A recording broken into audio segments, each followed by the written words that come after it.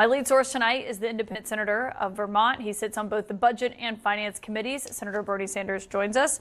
You've been out talking to Americans. Do you think that they're prepared in the way that President Trump says they should be today? No. Look, Caitlin, I think one of the great political crises we face is we really don't appreciate the pain that ordinary people are feeling. You are living ostensibly in the richest country in the history of the world. 60% of people are living paycheck to paycheck, living under extraordinary stress, trying to put food on the table, pay their rent, worried what happens if their landlord raises the rent, worried what happens if somebody gets sick and they can't afford to go to the doctor.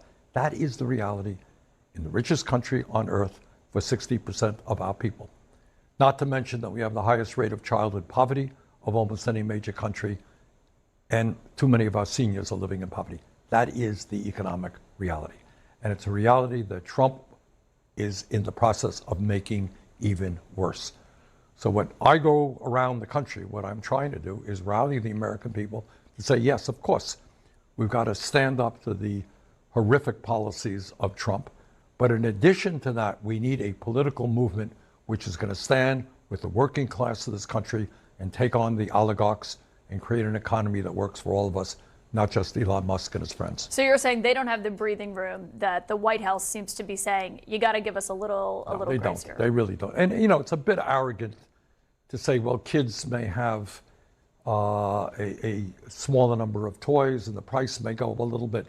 I think billionaires like Trump and Musk do not have a clue about what it means for a working class family trying to buy presents for the kids or to take care of the basic necessities of life. I think it's an incredible arrogance and ignorance on the part of these people who have so much wealth and so much money. It is a pretty striking scene to see the president surrounded by many billionaires who are in that room that make up his cabinet, telling kids that the shelves may be emptier and they may not get as many toys. Well, you're only going to have to pay a few bucks more, really.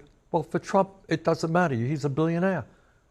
But if you are struggling to take care of your family, that few bucks buying toys or the increased price of groceries or the increased rent that you may be paying or the increased cost for an automobile that you may want to buy, yeah, that's a very big deal. I don't think the billionaire guys have a clue about what that's about. He says President Biden is to blame for the last quarter of non-economic growth. It kind of went in reverse, and that he might be to blame for the current quarter. At what point do you think the president is responsible for Never. GDP? Never. He's never responsible for